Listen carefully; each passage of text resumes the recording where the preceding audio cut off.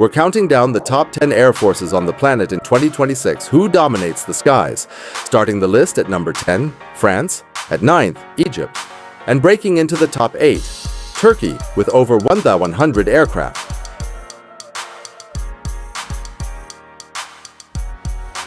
Halfway there, at 7, Pakistan. At 6, a technological powerhouse, Japan. And cracking the top 5, South Korea. In the top 4, the subcontinent's giant, India, taking bronze with a fleet of over 3,500, China.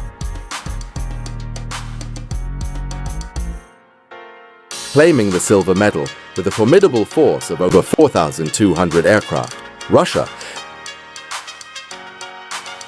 And in first place, the undisputed heavyweight champion of the skies, the United States of America, with a staggering 13,000 aircraft.